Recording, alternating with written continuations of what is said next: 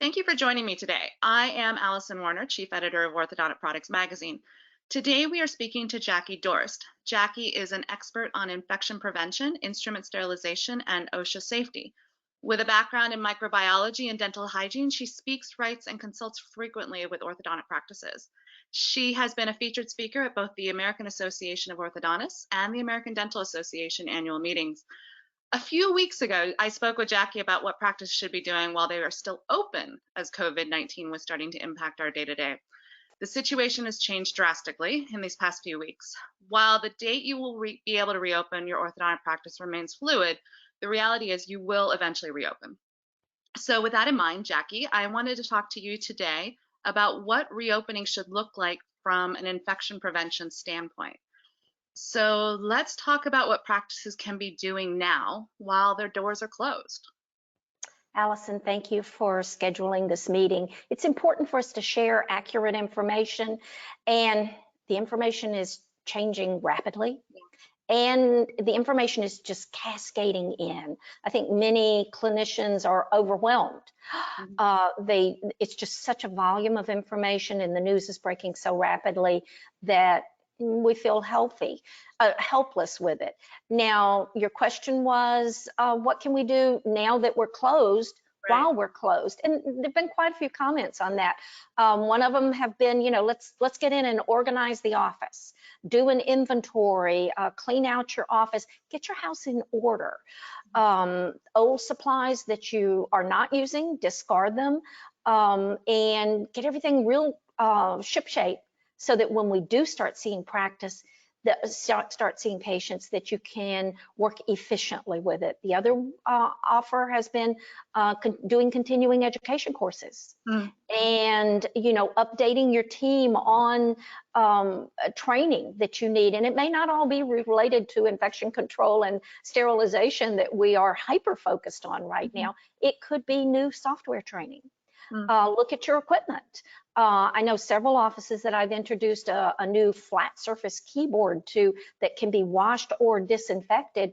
They're considering installing that now while they're in their offices. The company even has a washable mouse that goes with it. So that allows them to thoroughly clean and disinfect in between each patient when they put that in. So that's one of the things, or three of the things that we can be doing: get our house in order, do extra training with it, maybe update or install new equipment that is going to improve the delivery for patients.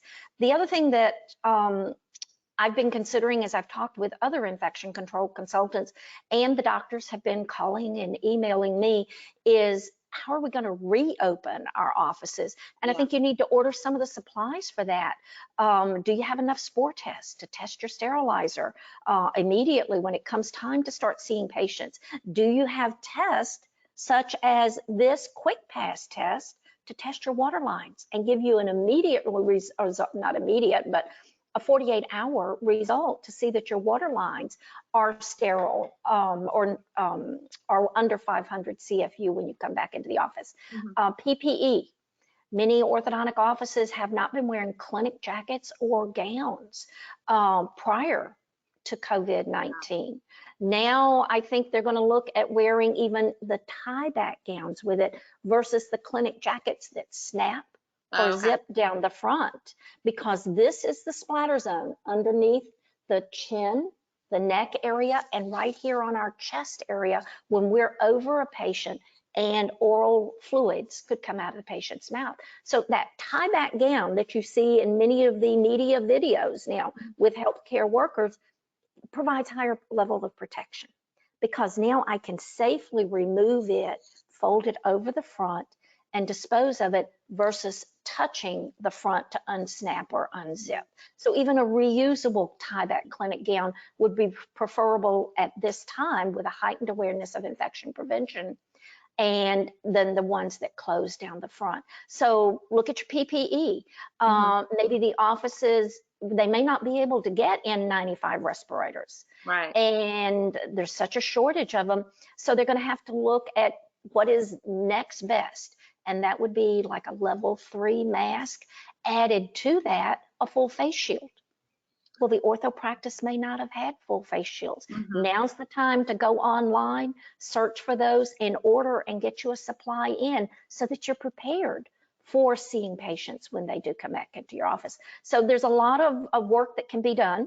Okay. One of the things that you and I talked about before we began the Mhm. interview process was staying in communications with your patients and your referring dentist. So Yeah. now maybe you're hosting your own Zoom meetings, and or you're doing a short video to talk to your patients about and post it on your social media.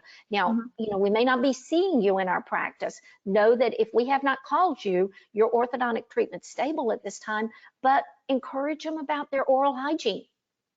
Yeah. Are you brushing and flossing during this time? Yeah, we're all using comfort foods and snack foods at home.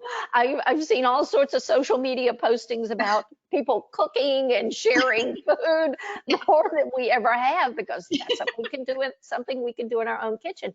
But Mhm. gee, that can wreak havoc on braces. So, oral hygiene and encouraging your patients from a distance. We can do a lot of that Yeah. with all of the technology that we have available. Mhm. Okay. Um, Going back to before you open your practice in terms of the equipment, you talked a little bit about checking your water lines. Is there any other equipment in the practice that should be checked before reopening to make sure it's in good working order? Yeah, when all of the equipment is shut down in the office for an extended period of time, and I'm going to say for more than 1 week, and right now with the changes from last night that President Trump announced, we will continue the isolation for until April the 30th. Mhm. So from the March 20th, let's say, until April 30th, that's almost 6 weeks. Yeah. Any of the equipment, especially equipment that has air or water going through it, Mhm. has the potential for microbial growth during that shutdown period, or gaskets drying down. The doctors and the team need to know how to restart their compressor, their vacuum pump. Mhm. Did the filters on any of those get changed? Will they need oiling and lubricating? I would think that even 3 to 4 days before you see the first patient, you're going to need to refill your autoclaves. They should have been drained of water and dried before you left the office. Mhm. So now you're going to need to refill that with distilled water. So purchasing a large quantity of distilled water and having it ready Mhm. for when you restart all that equipment. Your spore test. If the ortho office has been doing mail off spore test, well, sometimes it takes a week to get information back on that mail off spore test. Now be the time to order in office incubation systems so that you can have results in 24, 48 hours about, does your sterilizer pass that spore test with it? And then the next best would be to have a category 5 integrator available. And that's a paper strip Mhm. that, similar to just the indicators, there's a difference between an integrator and an indicator. The Okay. indicators are what we put on the inside of sterile packages or cassettes or pouches to Mhm. indicate that that package has been processed and gone through the sterilizer. An integrator provides information that the sterilizer actually achieved the correct amount of time, the correct temperature, and the correct pressure to achieve sterilization. So that class 5 integrator would provide an immediate readback that yes, those 3 parameters were met. Does not replace a sport strip, but it would give you an immediate information that, hey, our sterilizer is functioning again properly. And water lines. All of the water lines should have been, for the units, should have been drained, air purged, and left dry over this Mhm. time. Well, if they didn't get air purged and there's residual water, then for reopening, definitely there's going to have to be a shocking of those lines. And depending on the product you use, that could take 24 hours, Mhm. or it could be done in 1 day, then refill with water, and then they're going to need to test. And again, mail off tests, taking those samples and mailing off, could take 3, 4, 5 days. Oh, okay. depending on the system. So that's one of the reasons I would recommend a test like this, that they can fill the vial with water, There fill you the go. vial with water, then they will reinsert the paddle, lay it upside down, and there's a great instructional video on YouTube that gives them step-by-step directions. Once it's saturated, then you remove it, pour the excess water out, reinsert, turn it upside down, and let it incubate for 48 hours. And then instructions are given on how to read the grid Mhm. on the front of it and sort of do your microbial estimation, because we want that water to be under 500 colony forming units per milliliter. And anybody who has ever had a bird bath in their Mhm. yard, Mhm. they know that if you don't clean that bird bath on a regular basis, then a slime or a film grows in the bottom of it. Mhm. Any still stagnant water Yeah. gets microbial, algae, all sorts of biofilm growing in there. Yeah. So the water lines are going to have to be cleaned before we can reactivate to see patients. Okay. I know we had talked, and you had also mentioned the compressor and the vacuum pumps. What should be done there? Well, they're going to have to talk to their dental supplier that they Mhm. purchase those from, because different equipment require different maintenance. And I know from several of the dental suppliers, I was able to download this one from Benco, and it gives Mhm. them step-by-step instructions for shutting down their equipment. So the service technician at the dental supplier is going to become your new best friend for getting information on, hey, we have this compressor from XYZ company. What should we have done to shut it down? And it may be that one of the clinical team members or the doctor has to go in and reshut it down now, and maybe even change out the filters or clean the filters, depending on what that equipment. So each piece of equipment, whether it's the ultrasonic cleaner, the instrument washer, the sterilizers, the vacuum, the compressor, you need the manufacturer's instructions for use,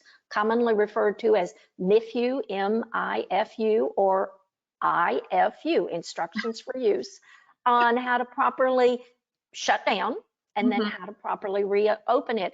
And I've really urged the manufacturers to provide the team members with simple one-page instruction Yeah. sheets. It's much, you don't always have a computer in front of you when you're in the utilities room and you're trying to get underneath the compressor or on the back side of it Mhm. to look at where that filter is. If I can print out a one-page sheet that I can take with me into the compressor room, um, locate how to service that piece of equipment, then yeah, Yeah. it can be done properly and ensure that everything operates correctly when we're ready to get back to caring for patients. Great. What about changes to the open bay? What should that layout look like, or what should be changing there? Well, now that we're looking at a disease that is transmitted by aerosol droplets, there's a much greater concern about how far does that droplet Mhm. spread and how far do we distance patients. In the open bay area of a lot of orthodontic offices, we'll have anywhere from 5 to maybe 12 patient chairs, and they're just about 6 to 8 feet apart, Mhm. minimum of even with our social distancing. So again, with that open bay, CDC, when they first started issuing precautions in medical and healthcare facilities, they said that even plastic sheeting could be hung from the ceiling in between to reduce the airflow. I can't imagine what an ortho bay would look like with plastic sheeting, but if it provides protection, that may be a possibility in our offices. Scheduling is going to be our best friend. The best practices for when we do start back up, Mhm. scheduling patients so that they are not close to each other. Right now, if the ortho offices has one private room, then I would recommend that all aerosol generating procedures would be in that one private room Okay. or that one private area. Mhm. Otherwise, if all the chairs are in an open bay, then maybe you schedule one chair. And probably the offices have one chair that they're leaving set up that they can service Mhm. patients with, that Mhm. has air and water going to it. Okay. Because they do have those urgent or emergency patients. Yeah. If they can't treat them as a drive-by in the parking lot, Mm-hmm. clip a wire, go out to the car and just clip that wire, but they do have to bring them in, then they've had that one chair that they've continued to use. So you might treat one patient at a time in our future schedule, especially as we start reintroducing patients and scheduling. We're not going to jump right back in immediately in the ortho world and schedule 80 to 100 patients a day. Right. It's just not safe. We're not set up for it. So we'll reintroduce and see those priority patients that we've had to delay care for, and that they're going to need immediate care. And it may be delivering aligners. That's a relatively low exposure. And again, in scheduling those patients, we'll deliver those or do those low exposure procedures. And then it's going to be necessary for the administrative team to know what to do to triage those patients before they come in. Right. And I would suggest that whenever you schedule a patient and you've triaged them, you've asked them, have you been close to someone who has had an infection? Have you been tested? Have you traveled? As time goes by, there are going to be less and less patients that will have traveled. Have you had a COVID-19 infection or any other respiratory infections? Right. So you're going to have your triage questions. And then when that patient does arrive for their appointment, first thing to do is to take their temperature. Because if they're above that 100.4 degrees, then obviously they're infected with something. Yeah. And you'd want to absolutely delay any elective care. Okay. What about the reception area? How should that be organized or run in this situation? Well, with social distancing, measure out 6 feet.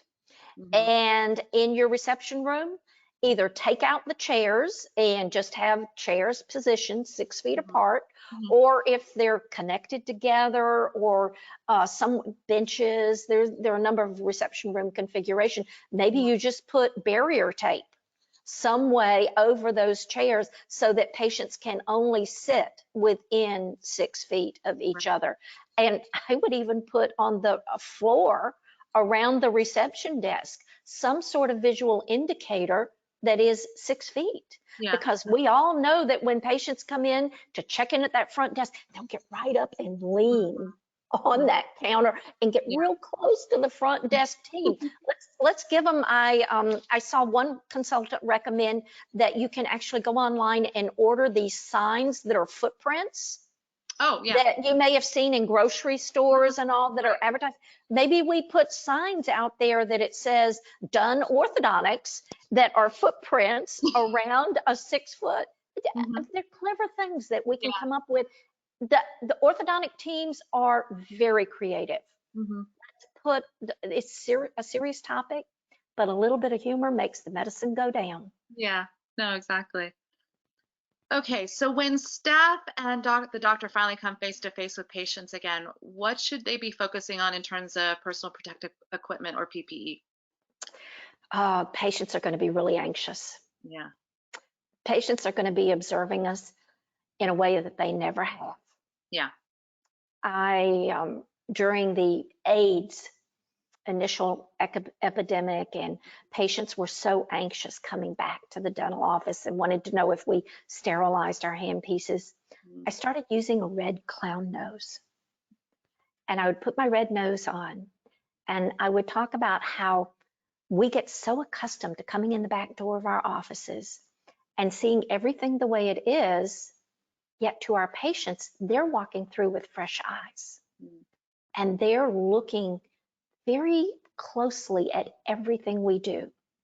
And what we might come to accept as normal, because it's routine for us every day, might be that red nose to that patient. It might stand out to them. So for the PPE, that's going to be another visual reassurance to patients as they come in about everything that we're doing to protect them during this heightened awareness of the aerosol droplets and a disease that can be transmitted, say, in the air.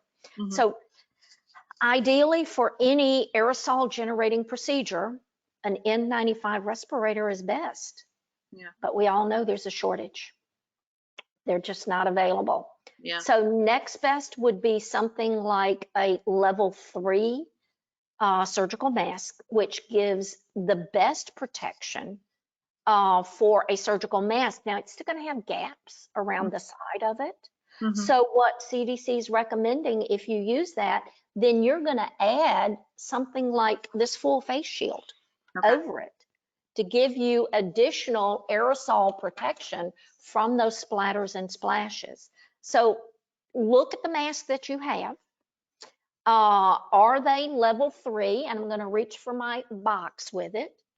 Here we've got a box that is an ultra sensitive, and you can see on the side, excuse me, this is a level 3 indicator. But again, looking at the gaps on this photo, you can see this is what is called an isolator type mask. If you look at the bottom and you see where you can pinch it, Mhm. when you pinch that metal band, it tightens it down around this side Okay. so that you do get a closer fit. It's Mhm. not going to be the close fit of an N95 respirator. And I laid out a couple of them so that team members who have not seen an N95 respirator, that they can look at them. They are sized. This is a large. This is a small. And you can see that on the N95 respirators, there are 2 straps. This strap on the bottom goes around the back of the neck.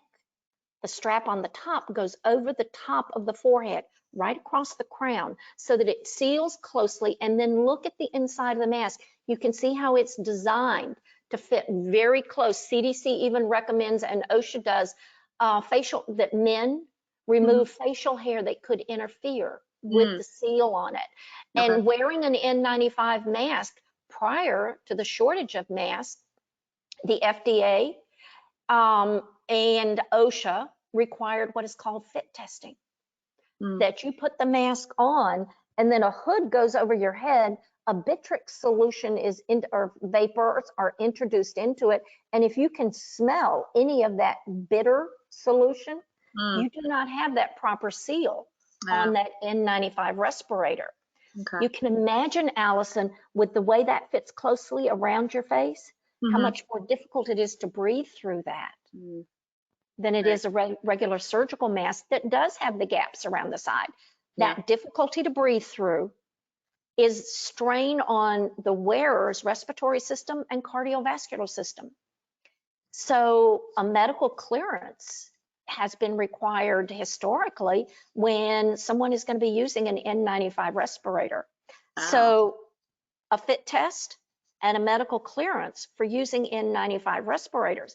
During this crisis time, CDC has issued emergency clearance that it's okay because we just fit test kits are not even available now. You can't even buy one. Okay. There is a shortage of those also. So when we start seeing patients again, because the frontline workers, the doctors, the nurses, the first responders, these N95 respirators are going to them. They're providing direct patient care to infected patients. Right. So there is going to continue to be a shortage, just as we've heard in the media about the ventilator shortage. So it's shortage of PPE is going to be a challenge. The equipment that to provide protection during orthodontic care, in my opinion at this time, would be the tied back gown, Okay. a surgical mask, highest level available to you, a full face shield, and then of course a new pair of exam gloves. Okay. Okay. What about between patients? What should staff be doing to disinfect the chair? They want to look at their disinfectant, and number one, it should be a healthcare disinfectant. EPA, the Environmental Protection Agency, regulates disinfectants. So you want to look down at that EPA number on the label, then go to the EPA website, for disinfectant efficacy against emerging diseases. And EPA has a list of all of those. It's easily accessible, and you're going to need that EPA number, not the name of the product. So you need the EPA number, and then you can scroll down through all the numbers and find out, is the disinfectant that you have stocked in your office effective against SARS-CoV-2? Okay. And it will let you know. And it will say in that, use according to the directions, and it may say adenovirus or whatever the approval is that the EPA gave for that product against a similar viral family. And then it will give you the wet contact time, which is so important. Every team member has to know what the wet contact time is for the product that they're using. So turn the label around, read on the directions. How long does that product need to stay wet to kill microorganisms? Now, the one fact about the SARS-CoV-2 virus is that it is an enveloped virus. Okay. And that means it's very easy to kill versus a non-enveloped virus like the norovirus. Envelope viruses are the easiest to kill with disinfectants, sterilization protocols, out of all the microorganisms. It's at the very bottom of the list when I do a comparison list of between spore-forming microorganisms, non-envelope viruses, fungi, those type of microorganisms. So we're fortunate. You want to know that your disinfectant's EPA registered as a healthcare disinfectant, effective against the coronavirus, and that it is a cleaner. Okay. Not all disinfectants are cleaners. And you want to know what your wet contact time is, and I would say measure that. One of the popular disinfectants that is on the market is Cavicide, and it contains an alcohol in it. You probably heard that. A lot of offices use it. But if you look at the directions on the back of it, it says that it has to stay wet for 3 minutes, and it contains alcohol. So I'd actually recommend that you get your iPhone with a timer, wet the surface, and see how quickly it dries out. Depending on the humidity and all in your environment and the temperature, it could dry out in 30 seconds. And in that case, it's going to require re-wetting to get that 3-minute contact time. Even though you paid for a wipe and you took the time to wipe the surface down, if it didn't stay wet for that 3 minutes, then you're not going to get the efficacy of that product. So understanding how to correctly use the product, and it is better to wipe than to use the sprays. If we're spraying, then there's a potential for us getting contaminated and breathing potential aerosols from that disinfectant. The disinfectants are designed to kill cells. The cells that are, what are they going to do to the cells of our respiratory system?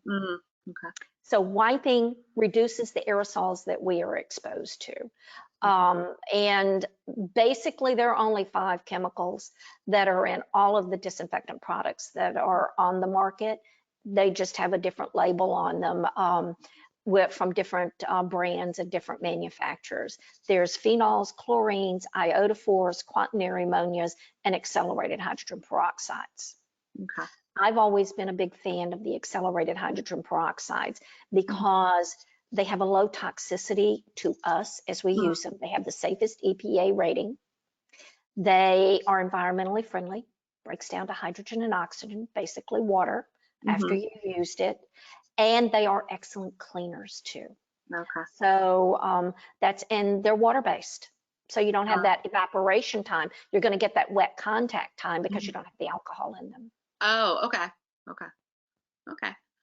That's helpful. It's complicated. Infection prevention and sterilization is a very complex topic, and it takes accurate information for the team members. You're spending the money and you're taking the time, but you want to know you're doing it right to get the effects that you're looking for. And team members now are looking for more training and more information. CDC has an excellent free online 10-module infection control training that's available on the CDC oral health website. Okay. Always go to CDC is a huge website. You can spend 3 hours trying to look for one nugget of information, Yeah. but always for orthodontic professionals, they need to go to the oral health page to be able to download the CDC documents. And I would highly encourage everyone to download this digital version of the CDC Summary of Infection Prevention Practices, because this is going to give you the reasons for everything, and then it's also going to provide a checklist that you can review your office with this checklist. Now, rather than having a printed version, you can download the CDC app. Ah, okay. Go to the App Store and go to CDC Dental Check. And when they download that app, it's an editable version of this checklist. There are 3 pages in there on disinfection and sterilization. Okay. So it gives the team the opportunity to review their protocols. For team members that need more in-depth training from OSAP, available is this updated version of the OSHA CDC guidelines. It's an Interact training system, and it's available from the OSAP website. And I do want to do an infomercial, if you will, for OSAP. It's osap.org. And the OSAP website has been opened up to even non-members. During this crisis time, OSAP as a member, as an organization, and OSAP for over almost 30 years has been dentistry's resource for safety and infection prevention.